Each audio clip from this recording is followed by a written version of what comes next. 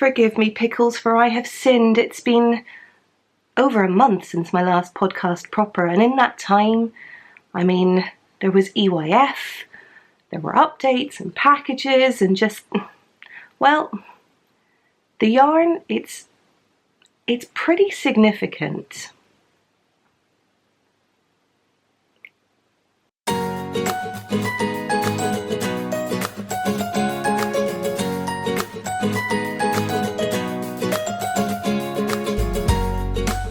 Hello Pickles, and welcome to episode 20 of the Knitting Vicariously podcast. My name is Caroline. I'm found more commonly across Instagram and Ravelry as dunderknit. I am a knitter living in London, and if this is your first time joining us here on the podcast, a huge hello and welcome to you. I really hope you're well. A brief word of warning, which is to say right up front that this is a swearing friendly podcast, and therefore language of the colourful persuasion is known to crop up from time to time. If that's not your bag, I totally understand. Thanks so much for checking us out. This probably isn't going to be the podcast for you, but for those of you who've been around here for a while and are coming back, it is a delight to see you again. I really, really hope you're all well. It's been a hot minute since my last podcast proper. I know there have been a few videos in the interim. I'll touch on some of those momentarily. But yes, looking back at it, for all that it may not feel like it's been quite as long as it has, it's been about a month since I posted my last podcast episode. Now, that being said, the last 4 weeks have been rather yarn heavy, shall we say. So obviously there's this weekend where I'm filming a podcast, as you can probably tell. Last week I was putting together the finishing touches on my EYF vlog, and thank you all so much for your fabulous feedback around that. There were 3 sections in the vlog. There was a piece right up front around just kind of footage from the first few days where I visited the festival. There were some fellow podcasters in there. There were some fabulous podcast viewers who stopped me in my tracks, who gladly accepted and willingly reciprocated hugs, which was one of my absolute festival highlights. It was...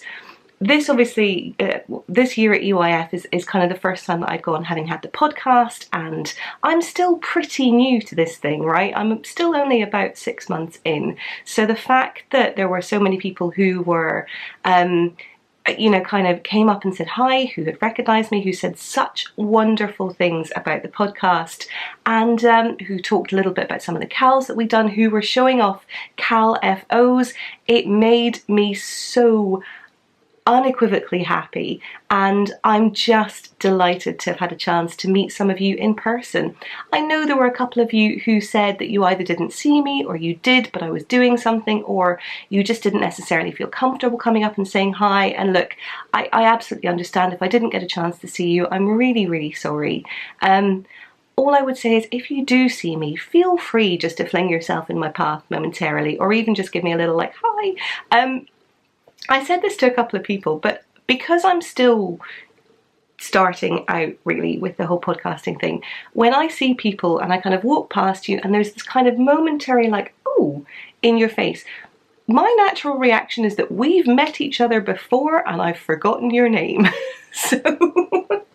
So please don't feel that you're interrupting or in any way kind of going to come up against something that's going to be quite intimidating. If anything, I'm going to be overly apologetic because I'm going to think we've met. But that's just my personal brand of crazy. So yeah, but it was such a wonderful long weekend. Thank you so much to the organisers, to the vendors, to everybody who puts such a huge amount of effort into what is one of the greatest weekends in the global knitting circuit, I am quite sure. And so yes, it was a fabulous, fabulous weekend. So in the EYF vlog, there is a section up front where I show off a little bit of the festival itself. There is then a middle section where I show off the prizes that I picked up for our Knitting Vicariously EYF giveaway. The giveaway itself, I'm filming this on Saturday the 13th. It's closing tomorrow on Sunday 14th, which is probably when this podcast is going to go up. So you might have a couple of hours, depending on how well I get my act together, just to get some finishing entries up over there. But if you want to see the prizes, do check out the EYF vlog. That middle section shows them off in detail. And then just towards the end of the vlog, there was a bit of footage of Edinburgh itself. Now, on the basis that Edinburgh is my hometown, as I mentioned, I grew up there, I spent my kind of high school years there. It is a city that I hold very, very close to my heart, and so I wanted to take the opportunity just to perhaps show you around a little bit more, perhaps show you a few places that were a little off the beaten track. And again, the feedback that I've had from that has been just lovely, and I'm so glad that you've enjoyed the little tour, that you enjoyed seeing perhaps a little bit, as I say, kind of behind the scenes, maybe not quite the main kind of touristy spots, although it's difficult to get away from some of those, right? They are picturesque and well renowned for a reason, but at the same time showing you a couple of additional views and maybe sort of little trails through the city that you may not otherwise have seen. So hopefully that gives you a flavour of the weekend itself. Hopefully it perhaps gives you a taste of what you might be in for next year or in future years, should you decide that it's going to work out for you. If not, and if EYF just isn't on the cards in the foreseeable future for whatever reason, I totally understand, in which case I hope the vlog gives you a chance to just experience a little bit of it for yourselves, however vicariously that may be. Always on brand, that's what I like to say. So yeah. The weekend before last, I was also doing a little bit of video editing, but not quite in the same sense. So hopefully many of you will now have seen the Spare Stitch project, which is a video that we put together while I was in EYF with a number of other very familiar faces, I am sure. It was very much the brainchild of a kind of a kind of, how do I explain how on earth that came into being? Essentially it was the brainchild of a number of different things. There'd been a few conversations around kind of ideas for April Fools, and then my brain essentially went, that sounds awesome, but let's make it weirder.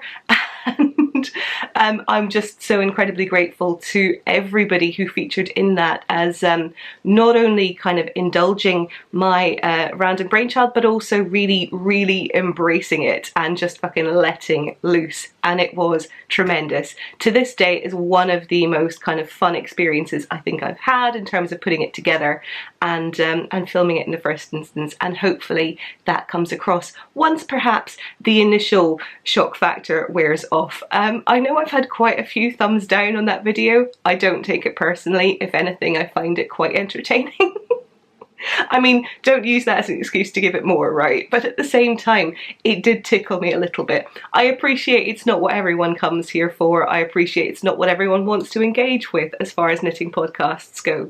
But it was a lot of fun, and the reaction has truly tickled me. And overwhelmingly, it's been vastly positive, right? I haven't had any kind of real negativity off the back of it, or any kind of DMs or anything, which I'm very grateful for. So thank you all so much for taking it in the spirit in which it was meant. I absolutely assure you. So yes, but it was a lot of fun to put together, and once again a huge thank you to everyone who took part in it. Wow, you're all wonderful, and you all deserve Academy Awards for your sterling performances. In terms of upcoming plans, I've had a couple of messages about my plans for upcoming yarn festivals. I will say that you know, this is now my 4th weekend in a row where I'm pretty kind of cramming in the knitting shenanigans, and so I do need a little bit of downtime, not least because I need to get some knitting done. As my whip section will probably attest. But what I will say is, at the moment I don't have any other real plans for fibre or yarny festivals here in the UK, probably until Fibre East, which is at the end of July. I do enjoy heading up to Fibre East up in Bedfordshire, and then after that there might be a little bit of Rhinebeck on the cards again this year, which I'm very excited about. I'll talk a lot more about that near the time, but yeah, those are probably the big two. There might be another few that are in there as well. I know that there are a few smaller, newer shows that are coming up in the next few months. I haven't made any distinct plans, but I never say never. So I know, I think it's Wonderwool is coming up next over in Wales. I won't be able to make that one, unfortunately. But yes, I will hopefully be giving you a bit of an update on some other festivals slightly later on. But in terms of this week's podcast, you may have gathered from that little section up front there that there is quite a lot of yarn to showcase. Obviously with EYF, the purchases, I didn't go full batshit crazy. I managed to restrain myself. This is not a Rhinebeck part 2. This is very much a kind of, I enjoyed myself, I indulged a little bit, I found some yarn for some things that I was looking for, I found some yarns for some things that I was not necessarily looking for, but I will certainly put to very good use at some point. But yes, I'll show you some of the yarny purchases that I have from EYF, as well as a couple of other bits. I will also take you through some of the knitting that I have been doing, some of the knitting that I've been doing you might be able to see. But before I get into it, I just want to say, as ever, that show notes for this week's episode can be found both in the description box below, as well as over in our Ravelry group. We do have a Ravelry group, that is the Knitting Vicariously podcast group, and if you search for us in the groups tab on Ravelry, you should find us. There are a number of different threads in there, and I'm so grateful to everyone that takes part. I've said this a few times in the past, I really struggle to have enough time to do everything that I want to get done during the week, and one of the things I do not get to spend enough time doing is taking part in the Ravelry threads. Now, that being said, I do read a lot of it, and I'm incredibly grateful to everyone who comes in, who introduces themselves in hello thread, who takes part and creates threads like the ones around never having knitted a sweater before and using hand-dyed yarn for the first time, and you know, kind of sharing just what they're up to. And so I really do appreciate that. It has gone day glow bright in here, and I'm really sorry. One side note, which is to say I am filming without my studio lights for a change, and the reason for that is I'm filming on Saturday morning. This room is east facing. We do get quite a lot of light into this room, but it does mean that it's going to be a little bit day glow variable from time to time. Honestly, it's mostly laziness. I packed my studio lights away when I sort of filmed the last podcast episode, and I can't be arsed to get them out again. So you might have to just put up with the fact that I'm going to be a bit neon ghost in some of this. Hopefully it won't be too distracting, but we'll see how we go. At least you can see the stash a little bit better than normal. So yeah, swings and roundabouts, right? If in doubt, if I go too day glow bright, just focus on the shit behind me. That'll work. Anywho, so yes, Ravelry group, love that. Please do come and join us over there. There will be an episode thread that I put up there with all of the show notes in there too. Similarly, there will also be a post over on Instagram. If you follow the Knitting Vicariously Instagram account, it is specific to the podcast itself. It's not my personal account. It's very much linked to the podcast, but it will give you an update on each and every episode, as well as some hashtags and some usernames for any of the makers that I mentioned there too. But with that out of the way, let's get into the podcast proper, and let's start off by talking about actual knitting. And do I have an FO? Oh, I'm so delighted that you asked. Why, yes, I do. This is my completed Zweig pullover. Zweig is a pattern that you will have seen because 1, I've talked about it, 2, it's everywhere, and 3, it is a truly fabulous sweater pattern. This is a pattern by Caitlin Hunter. She is Boyland Knitworks over on Instagram, and she has a I think at the moment, in terms of sweater patterns, her sweater patterns are pretty much blanketing the top 10, 20 of Ravelry at the moment. Part of that is because she did have a birthday sale. It may still be ongoing. It might be worth a quick check. But it was also just because she's released a number of patterns lately, and obviously Zweig is a long-standing firm favourite. So yes, there's a huge number of patterns out there. I'll put a picture of it up on the screen here, just in case it slipped your memory in some reason, for some reason. But yes, this is my completed Zweig. I was knitting this for EYF. I actually cast this on in July last year. Got most of the way through the colourwork section and into the textured section just below, which I'll stand up and show you in a second. And the day glow brightness is back, isn't it? I mean, if anything, it's just making my hair and this sweater blend in even more. And just quick side note, thank you so much to everyone who stopped in on the last podcast and told me that they really liked my hair. I genuinely wasn't fishing for compliments. I mean, I was delighted to receive them. Let's not make any mistake about that. And indeed, when I was having a small crisis of confidence, you very much turned that around. So thank you so, so much. And indeed, thank you to everyone at EYF who carried all the way through on it. And like the first thing they said to me was, I do really like your hair. It was a wonderful ego boost and not something I was expecting, so thank you. But yes, somewhat ludicrously, they are pretty close. Maybe, if anything, I might have gone a little bit blonder than this sweater now, so you know. But to the person that said, why don't you just take your sweater in and ask them for that colour? I mean, you're not wrong. It's obscene. Anyway, this is my Zweig pullover. I was knitting this for EYF. As I mentioned, I started it back in July last year, got to about here, put it to one side, promptly forgot about it. Winter arrived, fingering weight sweaters were slightly lower down my priority list. But as soon as it started to warm up a little bit this year, my attention very much kind of strayed back to it. It was playing on my mind, so I thought I'll pick it up. And I had a lofty ambition, and that lofty ambition was to get it done in time for EYF. And I mean, to say that I scraped it is possibly one of the greatest understatements in the world. I sat down on the final day of EYF, so I didn't go to the Make Wool event on the Sunday, on the Saturday, which was the third day of the festival. I sat down at about 2 o'clock in the afternoon and had a good, I want to say maybe 2/3 of a sleeve to go. I forget if it was left or right, one or the other.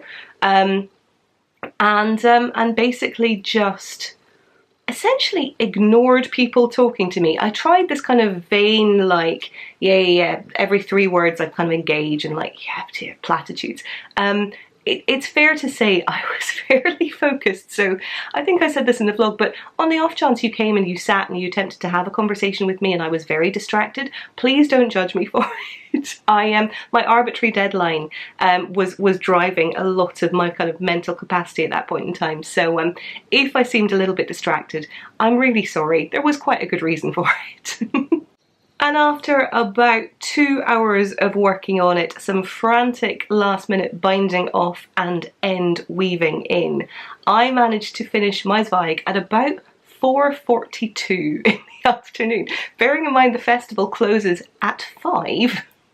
I mean, like I say, to say that I scraped it is really, really no exaggeration. So yes, this is my completed Zweig. Let me stand up and show it off for you.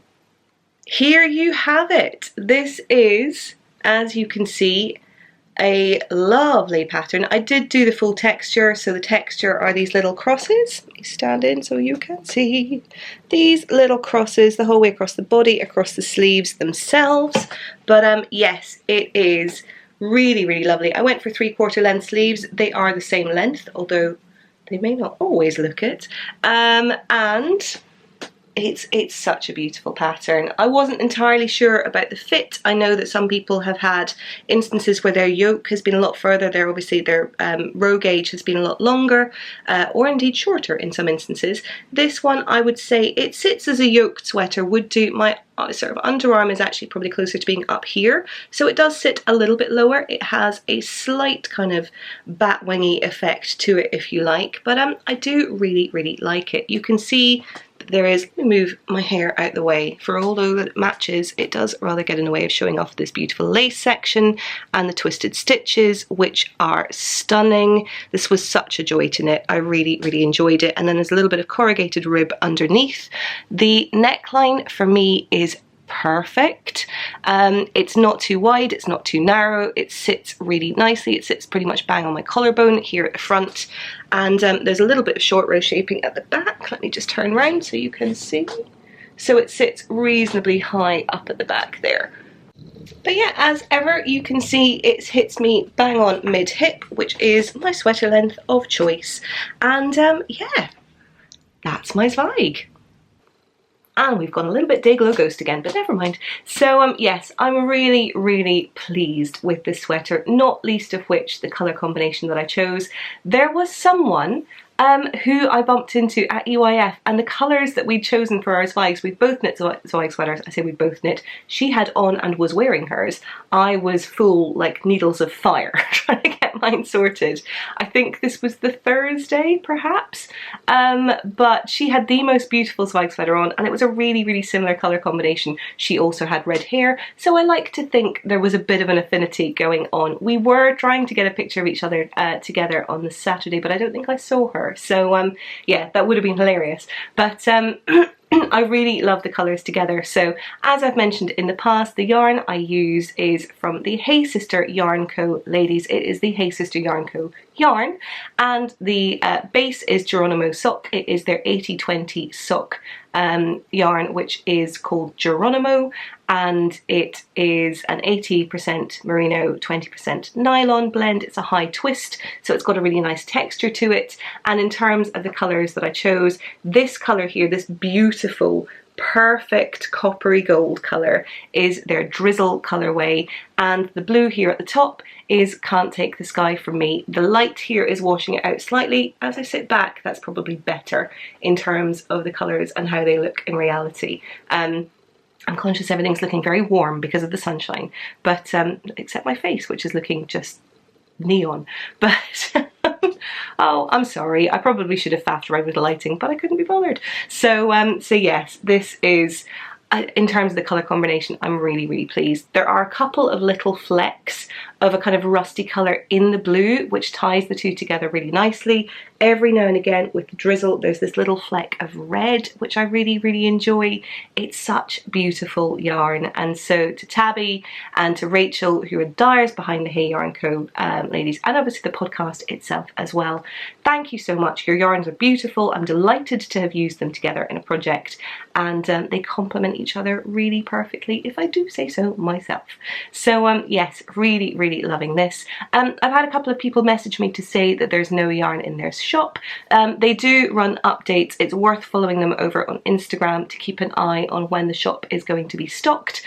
There isn't a constant stream of stock in the shop, yes, words, and so Instagram is probably the best way to keep tabs on what's in there.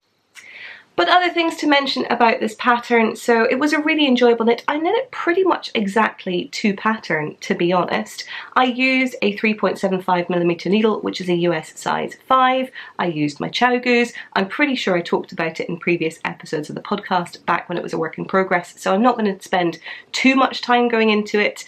I did use 3.5mm needles for the ribbing, both on the hem itself and on the sleeves, and I used Laurie's twisty bind off, which I mentioned in last week's podcast, I think last month, the previous episode, which is my preferred ribbing bind off of choice. It's slightly different from some of the others that I've seen. You're actually manipulating the needle, you're twisting it up and over and then underneath the yarn to add an extra little bit of length into your bind off to ensure that it is super stretchy, and indeed stretchy it is. So so yes, that is my bind off of choice, and yeah, it's great. I have now blocked it. It did get a little bit kind of crazy long. I then put it in my tumble dryer for a little while, and I know that probably strikes fear into the hearts of many of you.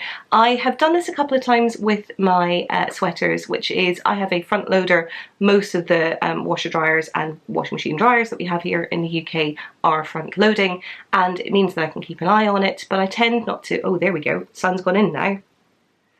Natural hues have been restored, but I tend just to keep a little bit of an eye on it when it's in there. I will take it out every kind of 10 to 20 minutes, check in. I think I put this in twice, so probably for about 40 minutes, just to kind of whoop it back up again into shape, and it fits pretty much perfectly, if I do say so myself.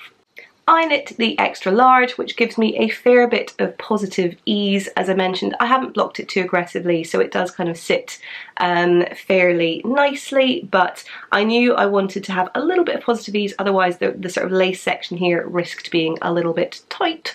But yeah, I'm just really pleased with this sweater, to be honest. Yeah. And the crazy lighting is back. I think what I'm going to do is I'm going to take a little bit of a pause. I'm going to let the light adjust, and perhaps come back to you in an hour or so just to try and let it settle. I mean, I could get my studio lights out, but then I'm going to want to start over, and I really can't be fucked with that. So I'm sorry, I'm being a little bit half-arsed today, but needs must. So yes, I will pop back a little bit later on, and hopefully we'll have slightly more consistent lighting to work with. And we are back. This is looking a little bit better. I'm a little bit less neon now, which is no bad thing at all. Yes, continuity is not going to be a strong point, so if I repeat myself, I'm very sorry. Please do bear with me.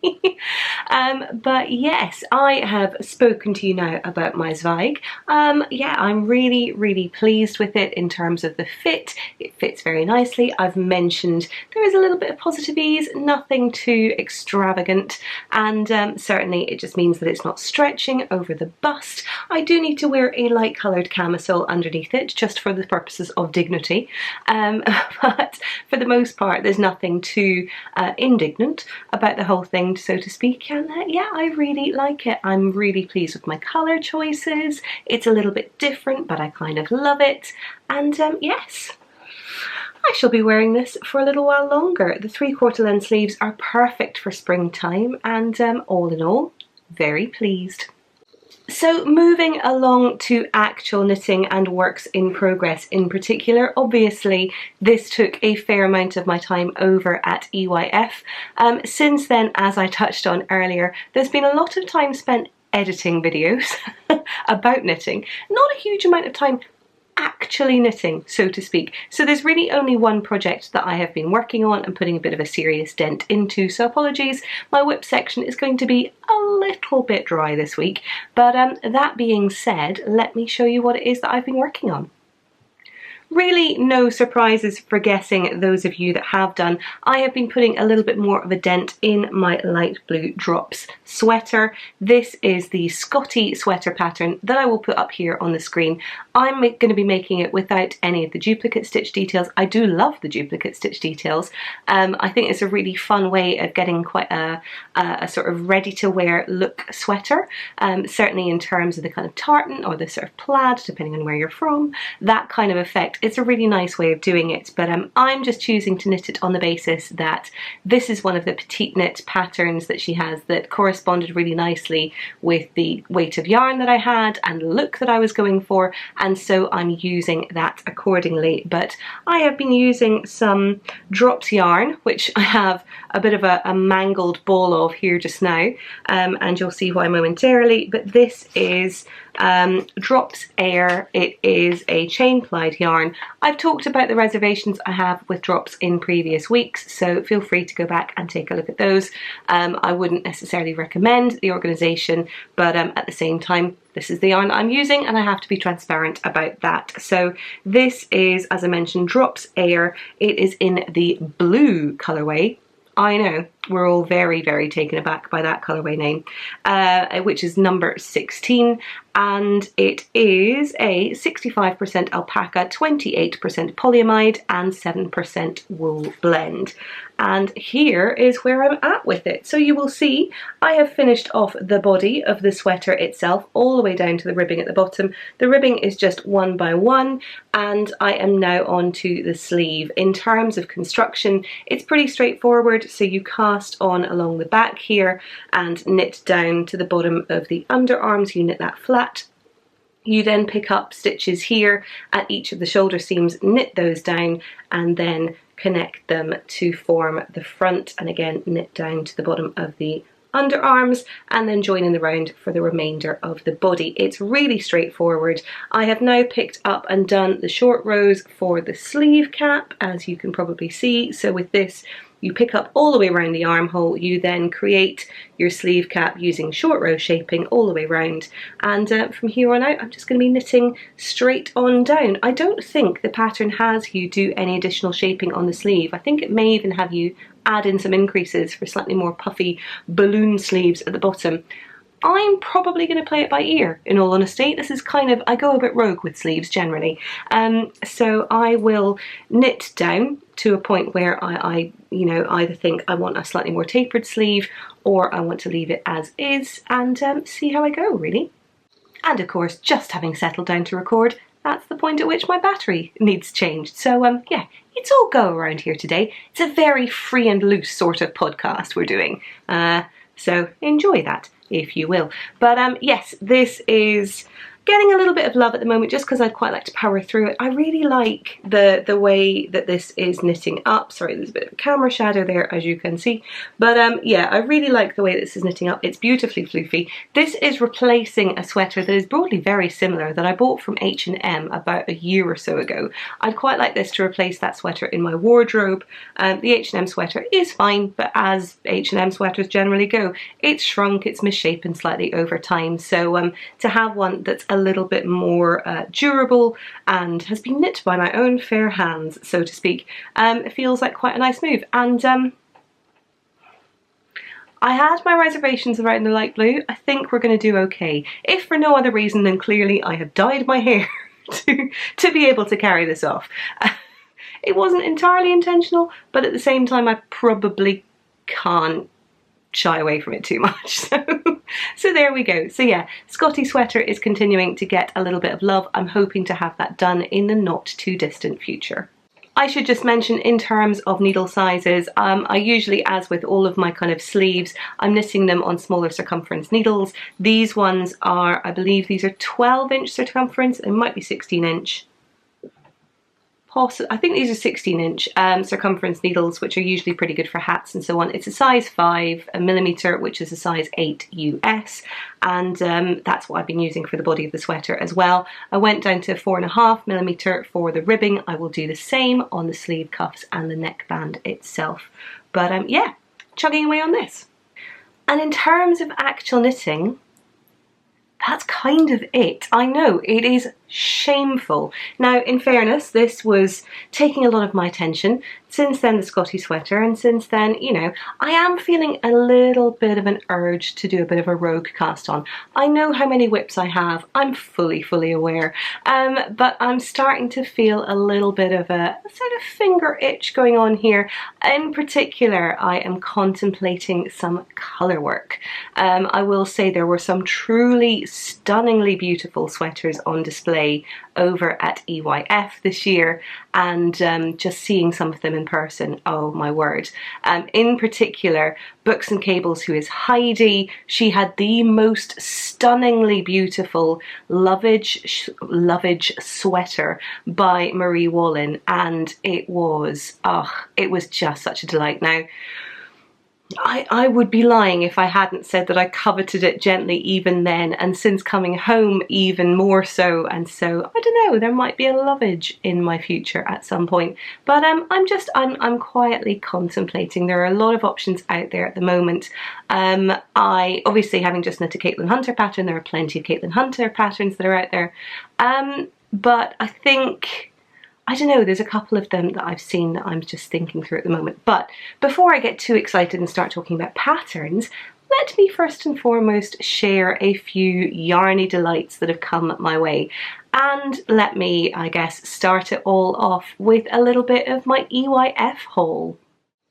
So yes, EYF, as I have mentioned, was an absolutely fabulous event this year in terms of purchases and planning. You know me, I went with a couple of very rough ideas, but really no particular plans in mind. I was more than happy to let myself be guided by the beautiful yarns that were on display, and let me tell you, they did not disappoint in any fashion. So I spent most of the first day, so I arrived on the Wednesday late afternoon. I had driven up with my mum from down here I went out to see her and then drove up from her house in Reading, and yeah, we managed to get to Edinburgh around about, I think about 5:30 in the afternoon. We had a small mix-up with keys, as I referenced over on the vlog, just to say that the previous tenants had gone away with them, but we were able to get hold of them soon enough, which was great, and went in and just rested and spent the first evening relaxing, really. The following day was the first day of EYF, and ticket holders, advanced ticket holders, were able to get in from, I think, around about 10 o'clock in the morning. Mum and I went along, we queued for a little while and then went inside, and I will confess But the very first thing I did at that point, other than a very quick scoot around, was I had a few purchases that various different friends had asked me to be on the lookout for. So I will confess that to get that off my conscience and to spend the rest of the time just really playing around with the yarns that were on offer, I wanted to make sure I had those underway. So I did my allocated shopping first and foremost, and then was able to spend a little bit more time wandering, saying hello to people, giving lots of hugs, and for the most part just really seeing what was around and letting things catch my eye. Now, I didn't go too crazy on that first day, right up until, I want to say, the last kind of 20 or 30 minutes that I was at the show. And the reason for that was my attention was thoroughly captured by one very particular yarn. Not even a particular kind of yarn or base, a very particular colorway. And I mean, I'm going to give up all pretense even now, because you've seen what I'm wearing, you've seen and heard me talk about some of my preferred colours in my stash in the past, so it will be absolutely no surprise to you to find out what it was that I bought. But just to give a little bit of context, so I was wandering around, and one of the dyers who had a fabulous stand at Edinburgh was Ushatita, and Ushatita are a wonderful, wonderful husband and wife pair, and they're renowned for not only having beautiful colorways, but if you follow them over on Instagram, and I highly recommend that you do, you may have spotted that over the last year they have also become foster parents to a pair of baby squirrels. And I'll say that again, just to be very clear. Baby squirrels. Aha. The cutest thing in the known universe. And as I say, if you're on Instagram, please go, please follow them. They have a highlight in their Instagram stories that shows these two little gorgeous bundles just running around rambunctious in their apartment, and it is the cutest thing that you will ever see. So yes, in honor of the two baby squirrels, they have dyed up a colorway, and it is called the Squirrel Kids yarn. And I mean, do you know what? I'm just going to cut straight to it, because there's really no getting away from this. Look at how beautiful it is. I mean, come on, seriously. This is just, it's divine, and it is a little bit more on the sort of gingery coppery scale than I tend to go for. If you hold it up against the drizzle, for instance, you'll see it's a little bit more on the reddish orange side, but I couldn't resist it. It is stunningly beautiful. Let me pick one of these and hold it up for you to see properly. So here you have it. This is the Ushatita Squirrel Kids yarn. It's on their singles base, their merino singles base, which is 100% superwash merino, and it is a 400 yard skein, which is 366 meters, of this absolutely divine, gingery, coppery, goldy. You know what, there's elements of brown in here, and I don't even care who knows it. It's just the most beautiful colour, and I couldn't resist it. I walked past it once, took a picture of it, and then couldn't get it out of my head for the rest of the day. So it had to. I'm no shame, zero shame. So 4 skeins of this, and I even think I know what I'd like it to become. So one of the many people that I was just delighted enough to meet over the course of the weekend was Elizabeth. And Elizabeth is Salapalooza Knits over on Instagram. She is also a designer. She has a number of beautiful sock patterns out there and accessory patterns, but had been showcasing over on Instagram her newest design. It's still yet to be released, but I will steal a picture from her over on Instagram, hope you don't mind, and pop it up here so that you can see it. But this is her Vila sweater, and I think you'll agree that 1, Elizabeth is ridiculously beautiful, and 2, sorry to objectify you there, but kind of accurate, and 2, that this is a stunningly beautiful sweater. It has some lace paneling detail down the arm. It is, you know, obviously I was attracted to the colour, let's not beat around the bush here, but at the same time it's such a beautiful design. So I believe that she designed it with a 4-ply and then a lace weight held together, just to give slightly more of a kind of mohair mohairy effect.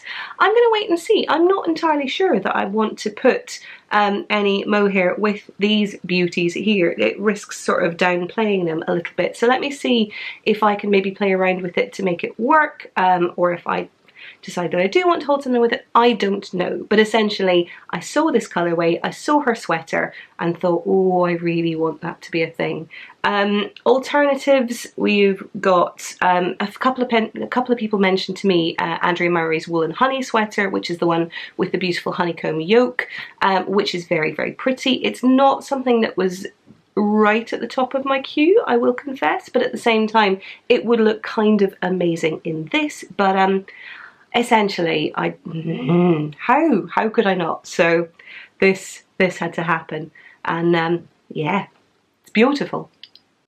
But that was my only purchase from day one. So for the rest of the day, I think I left the festival around about 2:30, maybe 3 o'clock-ish, headed back into town, grabbed some lunch, and then just had a lovely chilled out sort of evening. I think that was an evening that I spent quite a bit of time trying to crank through the first sleeve of my Zweig and get that to a point where I was happy.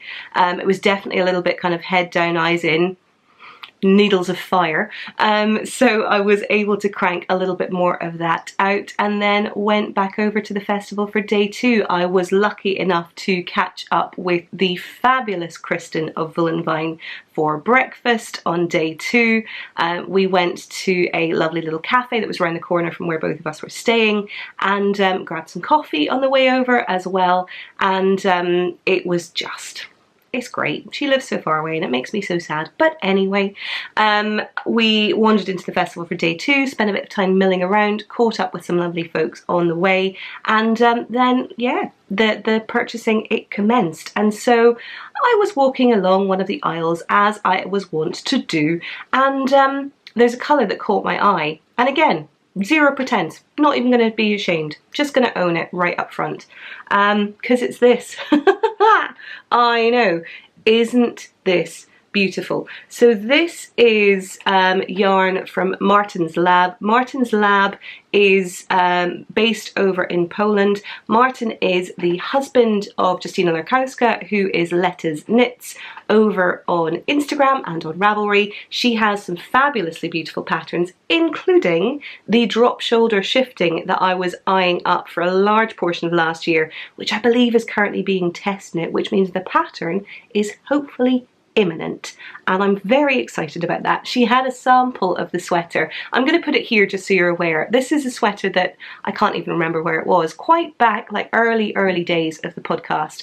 I was waxing lyrical about this sweater because I'd previously knit her original shifting, which is a top-down raglan pullover with cables all over the front, and loved it. It's a little bit too small for me now. I've since gifted it to a friend, but she announced, I think in May last year, that she was designing a drop shoulder version. Drop shoulder is a shape that I really enjoy wearing. I find it very flattering on my figure, and so as soon as I saw that, I was all in, like balls to the wall. Make it so, please. I will knit it. I will make it.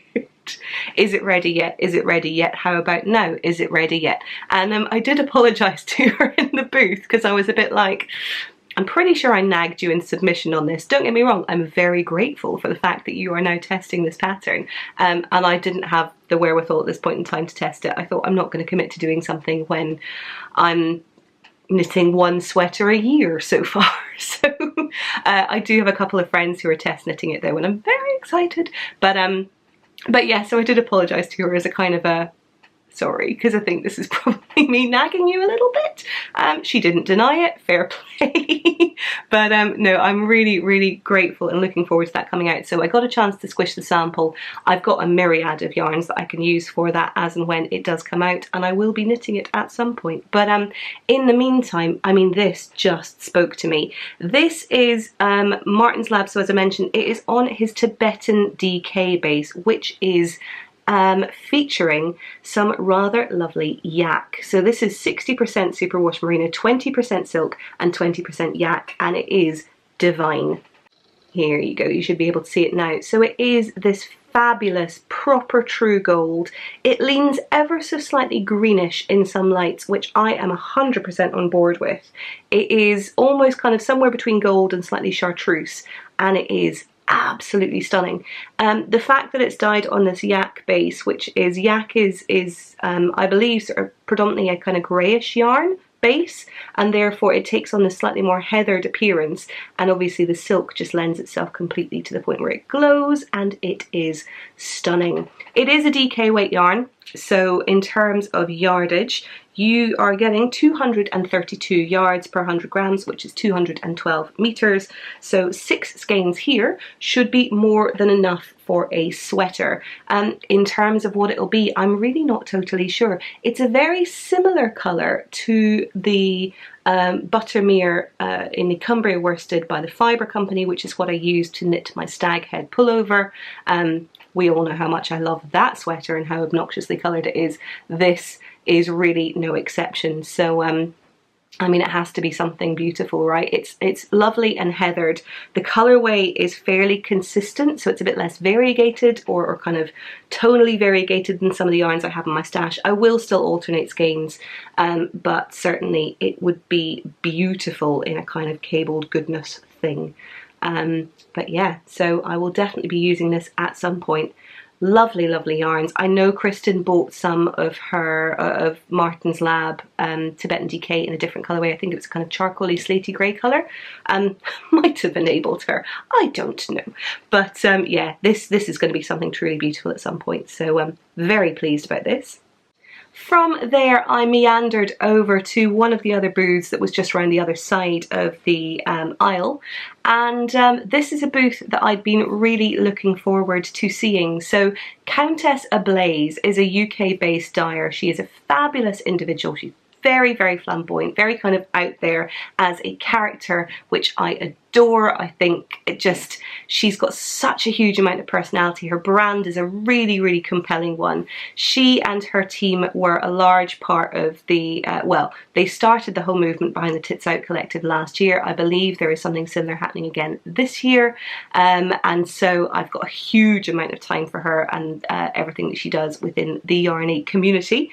And so it was great to see her there. I believe she's only done one show previously, which was Woolen over in Dublin last year. EYF was the second festival that she'd attended and vended at, and so I wanted to make sure I was stopping by the booth. She had the various team all behind the Blazing Squad who were there helping out on the booth at various points during the weekend. They were absolute troopers because that booth was mobbed from start to finish, and I was lucky enough to squirrel in, no Squirrel Kids pun intended, and pick up this beauty. I could not resist it. Look at how pretty it is. This is her Grand Merino DK base in the Final Fantasy colorway, and it is 100% superwash, extra fine merino, DK weight. It is 115 grams, so a little bit overweight, and 225 meters, which I make to be around about 250 yards, I would guess. But look at how beautiful it is. I mean, it's beautiful burgundies and purples and tonal and variegated, and this has to be the most stunning hat at some point, so I couldn't resist this at all. So yes, really delighted to pick this one up. It will be a lovely little hat at some point, and it's not gold, so let's all be very grateful for that. This is something, oh, just, yeah, really, really pleased to have this going into the stash. If you have watched the last couple of episodes, you will know that there is a particular sweater pattern that I've had my eye on for a little while now. This is the Fakuro pullover. I'll put it up on the screen here. It's a pattern by Whitney Hayward, and yeah, I don't quite know what it is about this sweater. It just feels so infinitely wearable. I can see this being absolutely perfect for work. There is a version that has been knit by, I want to say maybe it's Kendall Kirby, over on Instagram and on Ravelry, where she's added sleeves to it. It's essentially a kind of drop shoulder shaped sweater. so it would be reasonably easy just to pick up stitches around the outside of that and knit straight down for the sleeves, which I believe is what she's done, and I can see that making it a very, very wearable, great work sweater. And yeah, one thing that I knew I wanted to be on the lookout for up in Edinburgh was yarn to knit this sweater. It's knit in DK weight. It's actually knit in a stone wool Romney merino blend. I think it's Romney merino. And it is, as I say, a DK weight. And so I wanted to find yarn that I could substitute for that in colours that were broadly pretty similar. And I think I lucked out a little bit here. So I stopped by a booth which is the Biche et Bouche booth. Try saying that 10 times fast. They are a fabulous yarn company that, despite the French name, is based in Scotland, and they have a series of yarns, most of which have lamb's wool either in entirety or kind of lamb's wool blend. And I picked up a couple of skeins of theirs, funnily enough, from Brooklyn General, because that's where you buy the Scottish yarn when you're abroad. I don't know, but I saw that they were vending there and really wanted to stop by their booth, and lucked out because I have 4 skeins of this beautiful, it is light brown Le Gros lamb's wool, French accent notwithstanding, and it is 100% lamb's wool. So let me hold it up properly so that you can see it. It is really pretty. So it is this fabulous slightly heathered brown. It's a really good match, at least to my eye, for the yarn that is knit in the sample of the Fakuro pullover. We've got, as you'll see there, Biche et Bouche Le Gros lamb's wool, and it is, as I say, in the light brown colourway. It is a pure lamb's wool from Scotland, from a family-owned fibre mill. And in terms of yardage and so on there, it is 210 yards or 192 metres to 100 grams. So I would say definitely a DK weight, possibly even broaching a very light worsted weight. But yeah, really, really beautiful. So I got 4 skeins of that in the light brown, and then 1 skein in the off-white, their ecru colourway, for the section in the middle. But weight, I hear you say, Caroline, that gives you approximately 2/3 of a sweater. What about the lower portion? Well, I'm so glad you asked. So I was on the lookout for a colour that would pair really nicely with these 2 yarns here. And one yarn that popped into my mind and that I knew was available at EYF was Nightshades by Harrisville. Now, I did see Nightshades when I was over at Rhinebeck in the US back in October. I went to the Harrisville booth, I did some expert yarn squishing, and didn't purchase any when I was there. I couldn't necessarily think of a specific project, but it popped back into my head, and then I realised that Isolde had it over at her booth. So I wandered over and had a good look at the Nightshades. Now, Nightshades, if you are unaware, this is a beautiful, beautiful, it's a Cormo blend, and what they've done is they've got a whole colour palette where they have taken very, very sort of different tones and incorporated that alongside the sort of naturally dark yarns. And so what you have is you have an entire palette of yarns with very slightly different shaded undertones. So they're all kind of shaded blacks, but you get one that's got maybe a slightly bluish hint, slightly orange, slightly reddish, and they are stunningly beautiful. Now, on the basis that I wanted something that was going to complement these 2 very, very nicely, I did look at some of the different shaded versions, but in the end opted for the one that was a little bit more plain. And so this is the Static colourway, which is the black that's blended with, I think, just a kind of neutral, possibly a grey, and it is really pretty. Let me hold it up so you can see. Here we go. It's going to blow out the camera a little bit, but you will be able to see there's kind of flecks and so on in there of this fabulous neutrally creamy colour, and it's such beautiful yarn. It is American Cormo wool. It is woolen spun, which means it's lovely, squishy and lofty. It is 250 yards, which is about 225 metres per 100 grams, making it bang smack a DK weight, and it's just beautiful. So I have 2 skeins of the Cormo to go alongside these, and I think I think that is a pretty darn accurate Fakuro pullover substitute there. So very much looking forward to working this up. Of course, given that this is all kind of beautiful woolly wool, perfect for kind of cozy days and so on, yeah, probably not great for the old springtime, summertime knitting. So this may sit in my stash for a little bit longer, just until I get to a point of wanting to work on it. I definitely want to have this done for kind of autumn winter time later on this year, but it's probably not going to be the first thing on my needles, which is a shame because it's such beautiful yarn, but I definitely want to work with it at some point. So yeah, pretty pleased to have a Fakuro in waiting in my stash. There were another few bits and pieces that I picked up on that second day, not least of which was stopping by my wonderful friend Julie, who is Tilly Flop's stand. Julie, as I've mentioned, is a graphic designer by trade. Tilly Flop has a fabulous range of predominantly cards, but she also has prints and tea towels that are very kind of yarny and stitchy and kind of sewing and knitting and crocheting related, and they're very funny, and I love stopping by just to say hi to Julie, but also to pick up a few of her wares. And I couldn't resist this card, and this is really what I should have started with, which is to say, you tilt it so you can see, I went to Edinburgh Yarn Festival and all I got was this card. And then on the back, where there is the asterisk here, it just says on the back, that might be a little bit of a lie. And I do feel as though, oh, hello, coming back into focus. There we go. I do feel as though Julie really knows and speaks to me with some of her cards, because this is very accurate. She had some fabulous cards on offer, and I would highly recommend that you stop by her Etsy store to see some of them. She has a fabulous set of postcards, including Cancel Everything, I'm Knitting, and a few others besides, and they're incredibly funny, and they make perfect accompaniments to swaps or just birthday cards, keeping in touch with friends all over the world. And yeah, I love stopping by her booth, so always great to stop in with Julie. I stopped in briefly at the Knitting Goddess booth for a friend of mine for a little bit of a purchase there, but while I was there I couldn't resist picking up a badge that very much spoke to my heart. There is one of these also in the EYF giveaway pack, but I had to get one for myself as well because the sentiment, oh, it's so accurate.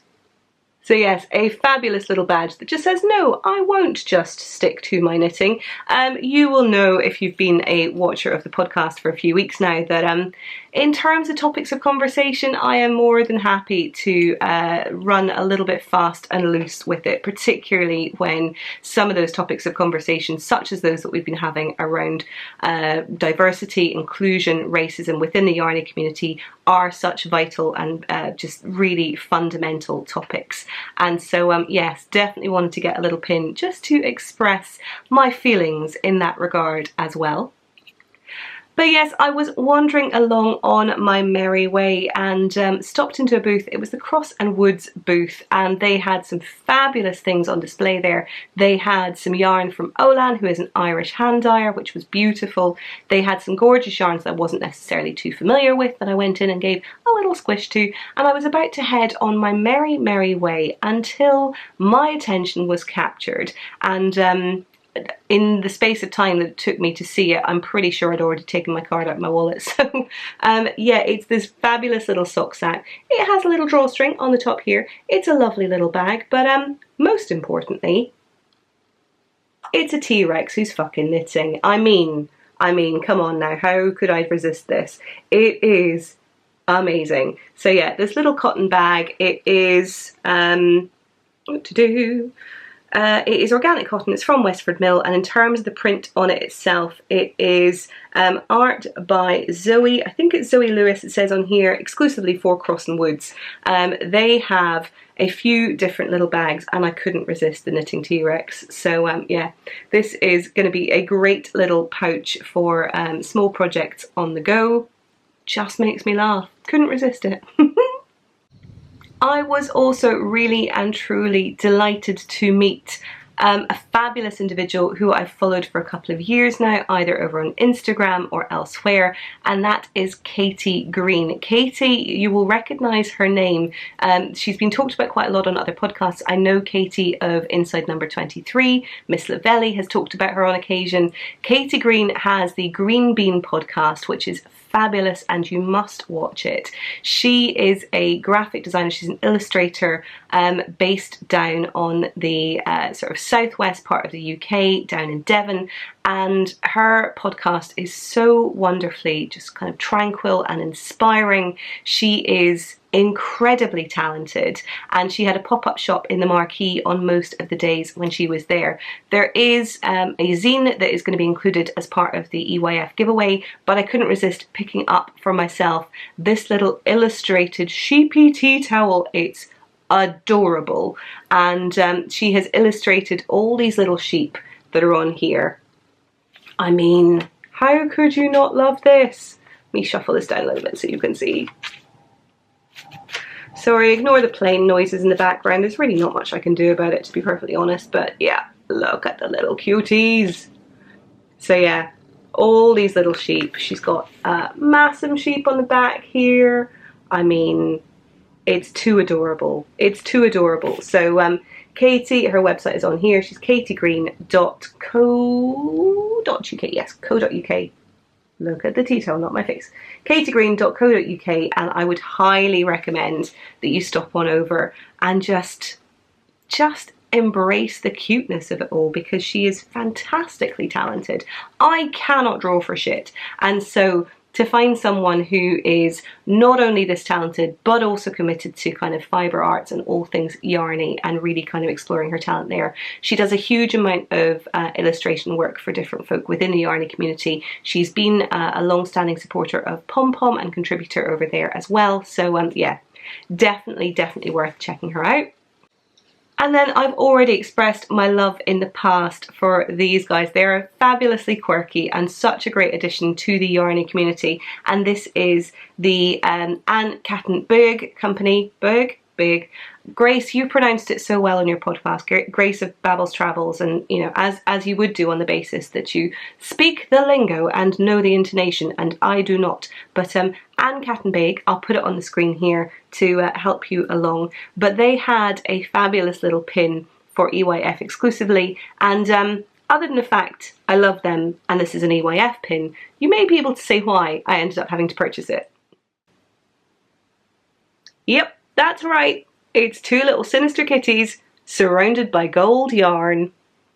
It's like it was meant to be. This was also the last one as well. So by the time I got there, I think this was either day 2 or day 3 that I picked this up. By the time I got there, this was the last one, and it was entirely meant to be. So you have the two little sinister kitties there saying so much yarn, so much tangle potential.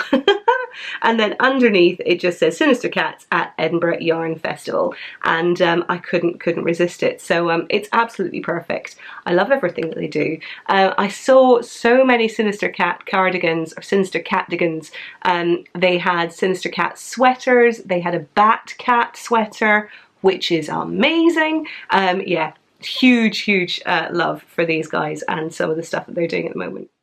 The very last purchase that I made was, funnily enough, right back at the start. So I mentioned that I'd been doing a little bit of shopping for some friends on the very first day of EYF, and after a fairly, you know, full-on day 2 and a fabulously fun evening, we had a few folk round to the Airbnb that my mum and I were staying at, just to celebrate in the evening and have a little bit of a knitting party, very impromptu. And then on the Saturday, that's the day of the week that we're on now, I went back to the festival. I had a little bit of a wander, I made a couple of purchases, and then just as I was finishing up for the day, before I went and sat and started cracking through this sleeve, I ended up back at the Le Bien Aimé booth, and I couldn't resist. And it's a base that, funnily enough, I've already shown a little bit from. So I was having a look, and I did have a good, long, hard look at the exclusive base that they've got with Rosa Pomar, the Mondim La Bien Aimé kind of collaboration, where it is a fabulous non-superwash yarn fingering weight dyed in La Bien Aimé colours. And I looked at it and I really liked it. But then My attention was captured slightly further along the stand where they had a a more kind of standard base of theirs, but one that I hadn't yet seen in person. And as soon as I saw it, this colourway in particular, I knew it had to be mine. So this here is 4 skeins of La Bien-Aimée on their merino yak base, and it is in the colourway that I'm gonna butcher, which I believe is Chrysocolla. Pass. But it is the most fabulous green, and I know that I'm a little bit atypical in the sense that I'm a redhead that doesn't always go for green, but when I do go for green, by golly gum, I go for green. By golly gum, who the fuck says that? I mean, really. Who can say? But yeah, I could not resist. Look how beautiful it is. Such a stunning colourway. I actually picked some of this colourway up in the Mondine base for a friend of mine. When I took it home and looked at it in person, I realised how beautiful this colourway was. But let me hold it up so you can see it. Isn't it stunning? It is the most beautiful dark variegated tealy emerald green, and it's just stunning. So a little bit variegated, a little bit tonal, definitely some sort of light and shade in there, but on the basis that this is dyed on her yak base, again, you can see the sort of slightly heathered grey that's coming through there too.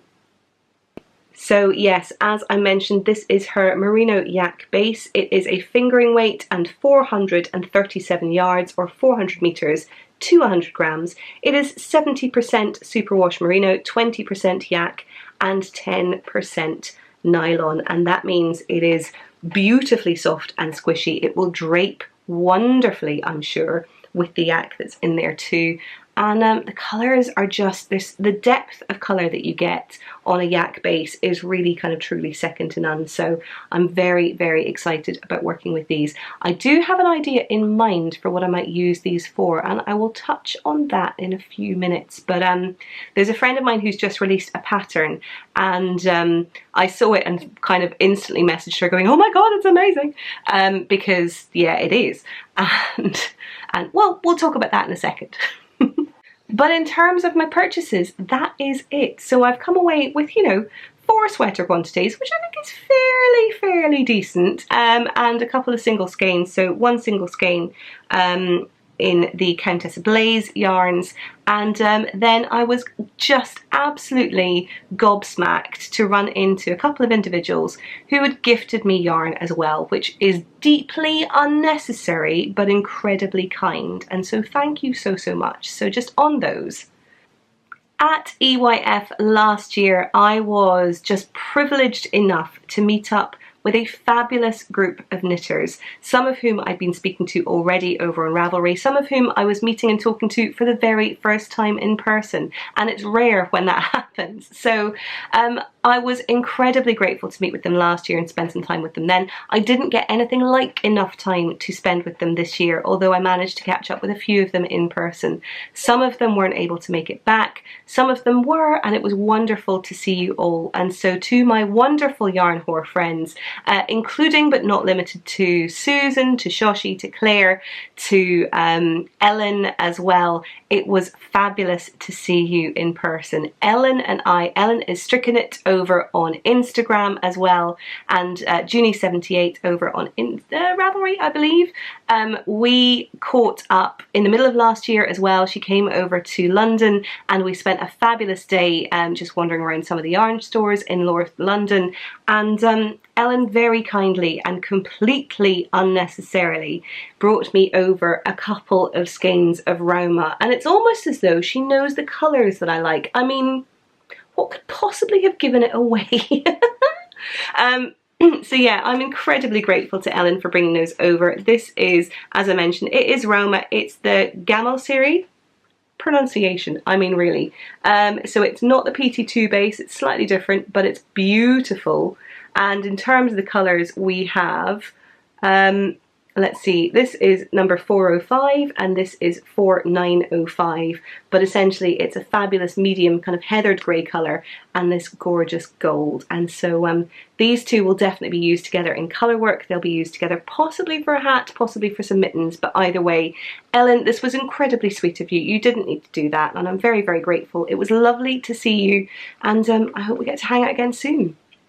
I also had an opportunity to meet in person another fabulous dyer who I picked up some of her yarn when I went over to Rhinebeck last year. Not at the festival itself, but just before I went over. And I picked it up over in Woolen, which is a fabulous little yarn store. I'm saying fabulous a lot today. Is fabulous the new glorious? It's possible. I can't deny it. But in a delightful, no, I use delightful a lot too. Delectable, there we go.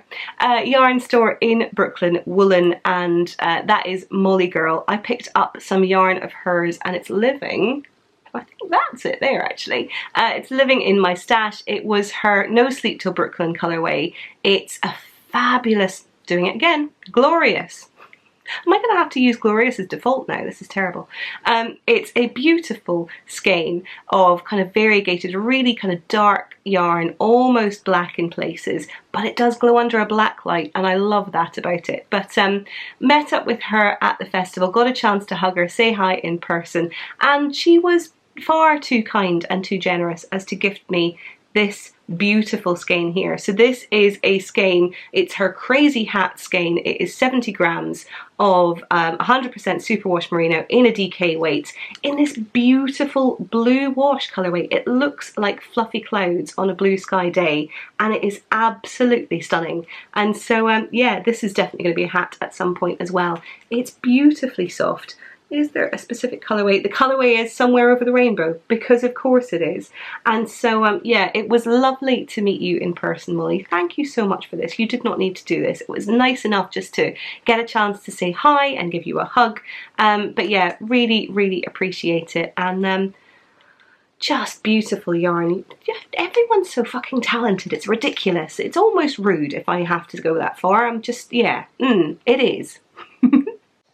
And so that is my EYF haul. It was such a fun long weekend. As I mentioned, day 3 at the festival, I came home, I had a little bit of a chill out in the afternoon through to evening.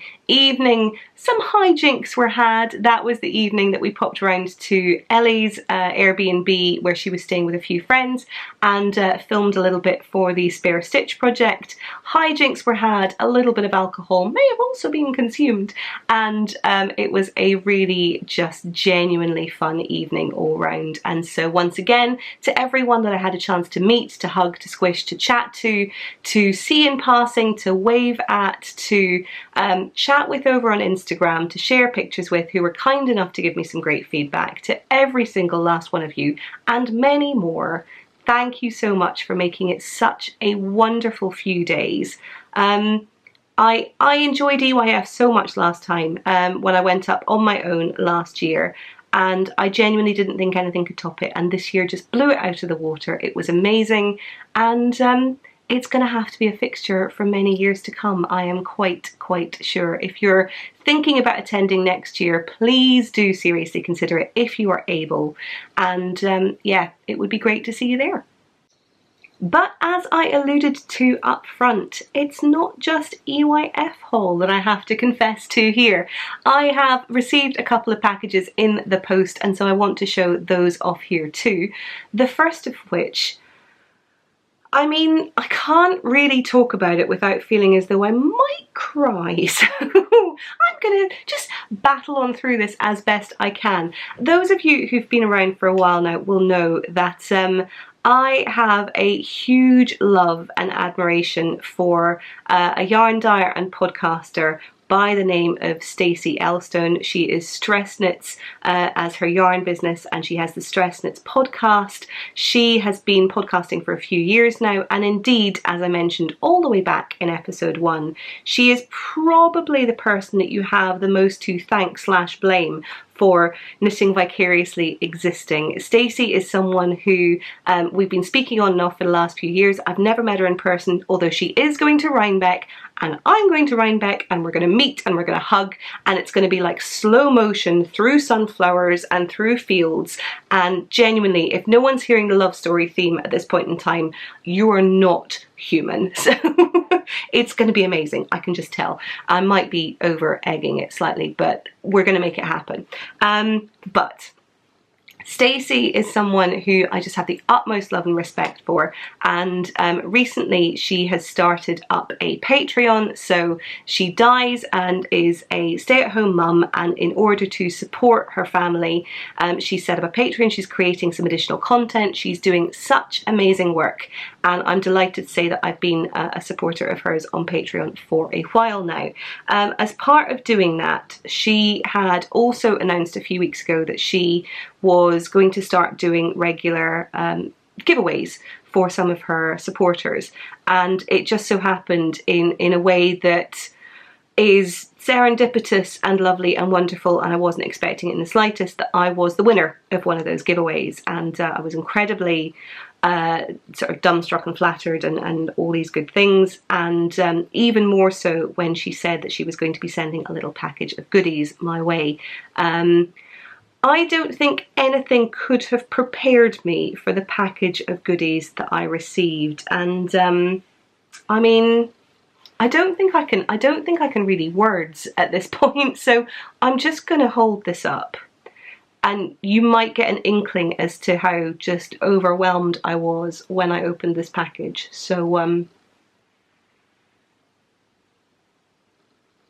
I just fucking can't. Seriously. So many emotions. Now, so, oh, Jesus. Right, where do I even start? Right, so this is Stacey's Golden Hour colourway, and Golden Hour is a colourway of hers that has been just in my heart for such a long time. She has sent 2 skeins on her singles base, which is her superwash merino single fly. It's 400 yards to 100 gram skein, and she's also sent 1 skein of her cloud base, which is a new base that I've been desperate to try from her. It's 74% baby Suri alpaca and 26% mulberry silk with 328 yards. And let me hold this up so you can see. I mean, seriously though, obviously the cloud skein here in the middle takes the colour slightly differently, so it's a little bit more variegated, but just in such a way that it adds this beautiful interest. You can see her fabulous branding on here too, and I'm flabbergasted by this colour.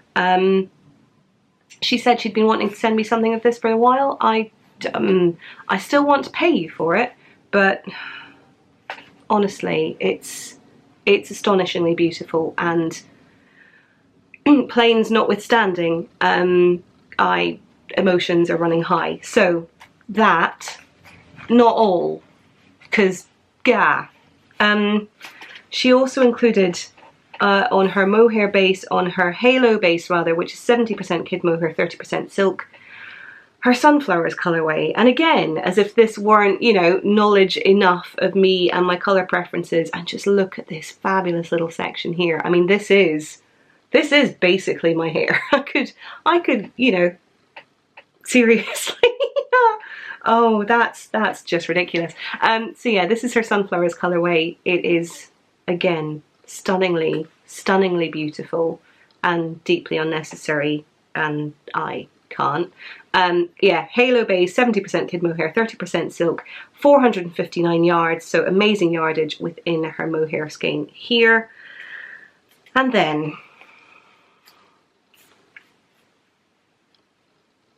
guys, so my favourite of Stacey's bases has always been her favourite sock base. It's an 80-20, it's a high twist, so you can see here it's fabulously just kind of high twist, lovely textured yarn. It is, as I say, 80-20, 80% superwash merino, 20% nylon, 400 yards to a fingering weight base. It's golds, it's neutrals, it's little speckles, There are patches of mint green in here. And the colourway? Yep, the colourway is Caroline. If you had to guess the point at which I lost my shit and started crying like an absolute fool, you wouldn't be far wrong to say that it was when I clocked that and realised that Stacey had dyed me colourway, and I lost it and cried quite a lot. Not ashamed to admit it. I'm still kind of lost for words, and this is now one of the most precious skeins in my stash, and I can't even begin to thank you enough for this, Stacey.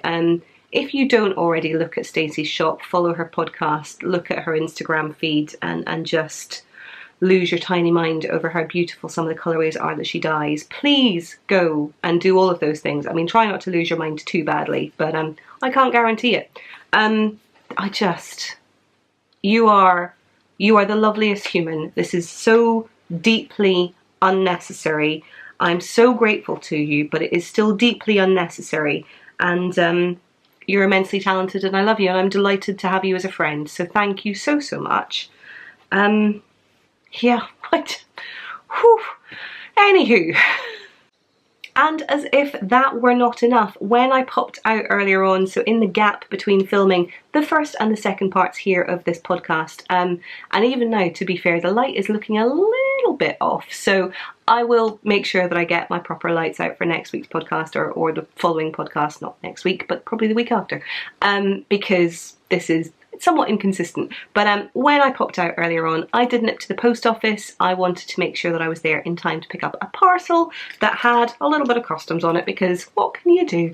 But when I was there, I was able to grab the parcel that was waiting for me, and this is an order that I purchased. So for those of you that have seen the Spare Stitch project, you will know that I got the opportunity to meet in person the girls from the Yarn Cafe, Christy and Tristan, who are just incredible human beings. They are both tremendously talented, they are stunningly beautiful, they're incredibly kind, they're very funny, and basically just everything to the point of it being kind of unfair. But it was wonderful to meet them both in person, and I took a little gander at some of their Instagram feeds once they went back, because, you know, when you've come back from a festival and you're missing people that you got a chance to hang out with, it's only fair that you stalk them a little bit. It's just what we all do.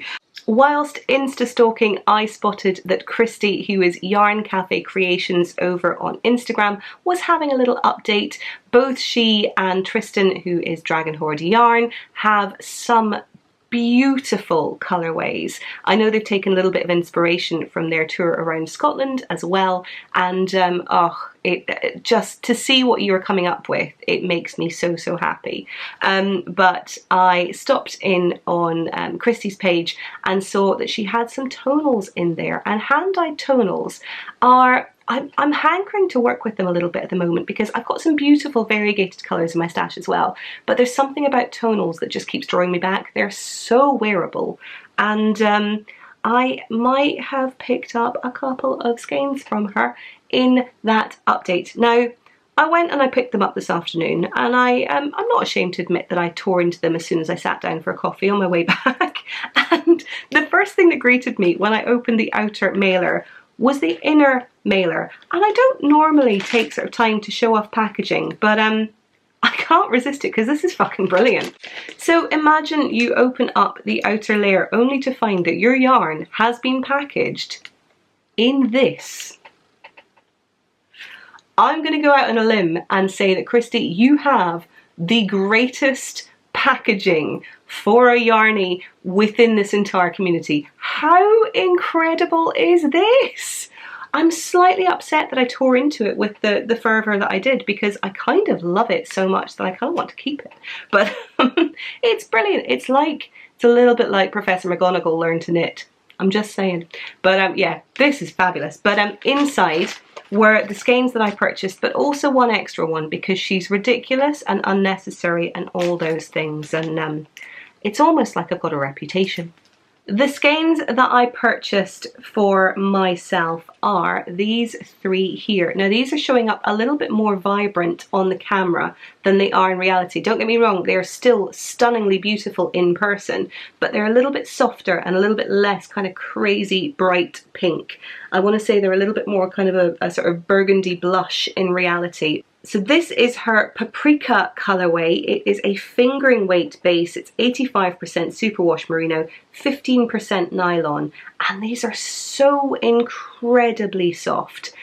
These are definitely going to be used in a sweater. Again, I've got a couple in mind, possibly one that I'll touch on in a minute, but they're just so beautiful. And in terms of colours, I do have some similar kind of blush pinks and so on in my stash, but I couldn't resist these. It's a colour that I love a lot. It is a pink, it's kind of a girly pink, but at the same time it's also got a bit of interest to it, and I do love a little bit of a kind of corally blush colour, so these are definitely going to be used at some point. And just, Christy, honestly, your bases are amazing and this colour is to die for. Let me hold it up so you can appreciate it properly as well. So Yarn Cafe Creations here, and then you can see the colourway. As I say, it's coming up a little bit kind of bright pink, more so than it is in reality, but it's still absolutely beautiful. So yeah, definitely looking forward to working with these. But because Christy is far too generous for her own good, she must have spotted my order and included an extra skein in here as well, which is, again, unnecessary, and I don't like it, except that I love it and it's beautiful, and thank you so much. I did seriously consider purchasing exactly this skein. So this is a skein of her ginger colorway, and again, you know, it's like I've got a reputation or something, and it's based on nothing. It's wholly unfounded on, yeah, no, I can't get away with that. So again, same base. This is her fingering weight. It's her 85% superwash merino, 15% nylon, and again, it's just beautiful. And in terms of her tonals, they're stunning. Her variegated colours look amazing, as well as do Tristan's. And yeah, I just, it's been so wonderful to meet you both. I'm really pleased, but I'm also delighted to have new dyers to lust over. So in the yarny set, well, no, not entirely in the yarny sense, you're both amazing. So yeah, really delighted to have these as well to squish. And that's it, we're good. We're done with the yarny wares. I mean, it's only God knows how long and how many skeins. Let's not add that up. That's not a fun game. But yeah, I'm just, my yarny appetites have been well and truly quenched. Can you quench an appetite? No, you quench a thirst. My yarny thirsts have been well and truly quenched. Now that is an excellent saying. But my yarny appetites have been quelled, there we go. And so it has been a very yarn heavy few weeks. But there have also been some truly fantastic patterns that have come out as well. And just two that I wanted to touch on very briefly. The first of those is, it makes me smile just thinking about it. So when I was at EYF, I had the absolute pleasure of bumping into and sitting with at a table a chap called Max the Knitter. And Max the Knitter, you will probably know if you've been around on Instagram and caught sight of a couple of his designs, because he is incredibly talented. I'm going to put the pattern that he's probably best known for up here on the screen now, and that is the For Fox's Sake sweater, which, aside from having a punny title and therefore being one of my absolute favourite things, it's also just the cutest design. This is a sweater pattern with a fabulously kind of graphic fox yoke, and it makes me smile so much. So this has been out for a few months now. He's since released a follow-up pattern, and the follow-up pattern also has my heart. One, because it's brilliant, two, because there are bow ties, and three, because my wonderful friend Meredith, who is Bodamme over on Instagram and on Ravelry, was one of the test knitters, and I got a few little sneak peeks of it as it was going along, but it's amazing. So this is the Frankly My Dear pattern, which again, punning, oh, it makes me so happy. And it's just the cutest little stag colourwork yoke. There is a little, it's sort of a slightly kind of Henley style top on the basis that it has a sort of slightly open neck at the front, and these little stags with their bow ties around the edges, and it's the cutest thing imaginable. So yeah, if you're in the market for a new colourwork yoke sweater and you want something that it is quite graphic, quite cute, definitely worth checking that out there. So that is the Frankly My Dear sweater. Longer term pickles will also be aware that our Ravelry moderator is the fabulous Yelena Dasher. Yelena is a long-standing friend of mine over on Ravelry, who I had the chance to meet in person at Rhinebeck last year, and it was amazing. But she very kindly volunteered to be our Ravelry mod a while back now, and she is an incredibly talented pattern designer as well. I've knit her And She Was sweater a couple of times. I've shown that previously. I've also knit her Better Breton sweater, and she has plenty of other patterns besides, and as of the last few weeks she has 2 more, because woman is a machine. But yeah, she also the candy dot hat, of course, how could I forget that? So the beautiful fingering weight, don't know what this was, who knows, but the fabulous beautiful words, glorious, let's just go for the full triumvirate, right? But she designed the candy dot hat as well, which is again an absolute stunner. But yes, she has 2 new sweater patterns out. She has the Friday I'm in Love sweater, which I'll put up here on the screen now. It is a really lovely, very simple but incredibly well fitted designed sweater pattern in this gorgeous little V-neck, and I can see this being incredibly wearable. But she also has the I've Seen That Face Before sweater, and this is one that, I mean, the second the Scotty sweater is off my needles, this little one is going straight on. This is just so incredibly wearable. So it is a fingering weight sweater. It has this lovely kind of slightly high neck and a slightly cropped shape that just feels perfect for work. And I say that as someone who, I don't really wear much of my knitwear to work. I think the sweaters I tend to wear the most, I've worn Carpino to work. It's more of a Friday garment than anything else, but my Siri sweater actually I've worn to work a few times now. That looks pretty good with just black trousers or black jeans. And I mean, I work in technology, so I can kind of get away with being a little bit more kind of like, ooh, cash, but at the same time I don't like to go too far with it. So those are kind of the real kind of work staples, whereas this I think I could get away with quite handily pretty much any time of day. It's fingering weight, it is knit at a reasonably tight gauge. I think it's about 28 stitches to 4 inches, but as someone who's had a couple of fingering weight sweater quantities leap into her stash recently, I can definitely see myself working on this sooner rather than later. So whether it is the Paprika colorway from Yarn Cafe Creations, or whether it is the Chrysocolla colorway from La Bien-Aimée on the yak base, both very strong contenders. So I will have a little bit of a think about that, but definitely worth checking out some of Yelena's new designs if you are that way inclined in the sweater knitting department. And frankly, they're so wearable that I think pretty much all of us should be. Just saying. But that's pretty much it for this podcast. I know that some of you have been sharing some of your April makes over on the Ravelry threads. I'm delighted to you for doing that. I'm also aware that I was about a week late in opening the April thread, which I'm incredibly sorry and apologetic for. honestly, my weeks, my days, they kind of got away from me between spending a bit of time doing some editing over the weekends and then having to go back to the day job.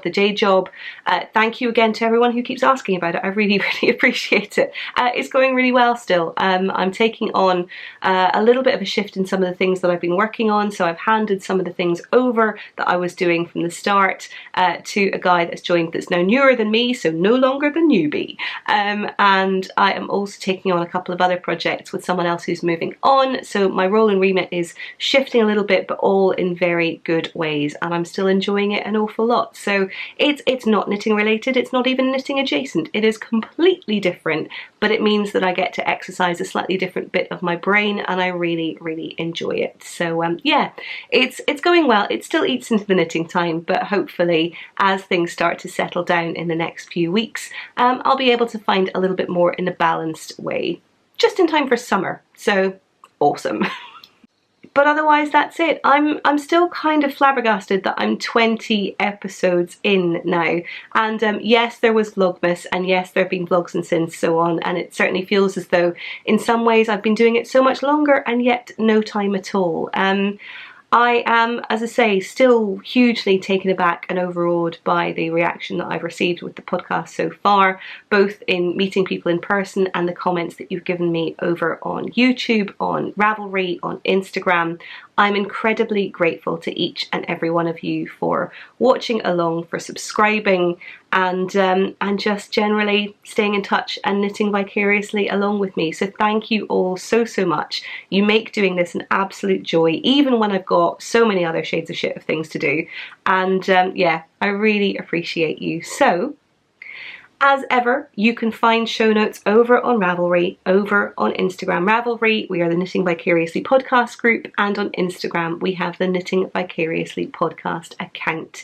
You can find me as dunderknit. Please do feel free to follow me over on Instagram if that is your platform of choice. And it only really remains for me to wish you a wonderful rest of day, rest of week. I hope your knitting is keeping you happy and fulfilled, but if for whatever reason it isn't, I hope you have the opportunity to knit vicariously. Keep on keeping on, and I will see you again very, very soon. Bye. But yes, I'm conscious that colour-wise it's pretty. And the planes are back. Welcome to West London, where you have plane traffic travelling over your house every few minutes. It's wonderful, really it is. Right, we've taken the day glow down a notch, so let's see if that works out. But oh yeah, the lighting is a little bit wonky. It was beautifully overcast when I started this, and now it's gone kind of full, shouldn't look at the sun. Oh good lord, I mean really. It's gone pretty bright, as my slightly dazzled eyes can now attest, but yeah. And see, now it's going overcast again. I'm sorry, this is going to be a little bit of a hot mess this episode, on the basis that I'm trying to get this done in a way that is as low impact as possible. I'm still going to have to do a shit ton of editing, but it's fine. Anywho, I was also really and truly exasperated by the number of planes that are crossing overhead. Great. Thanks.